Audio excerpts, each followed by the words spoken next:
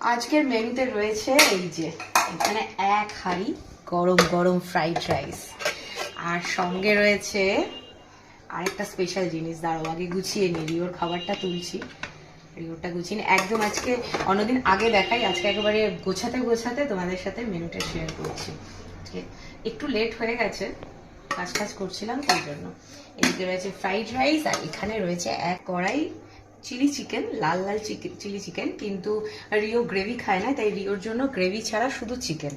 আর এখানে ওর দিদির জন্য গুছিয়ে নিয়েছি, ওর সোনু দিদি রয়েছে আজকে বাড়িতে, এসছেও, সেই জন্যই আজকে আরও ফ্রাইড রাইস চিলি চিকেন করলাম।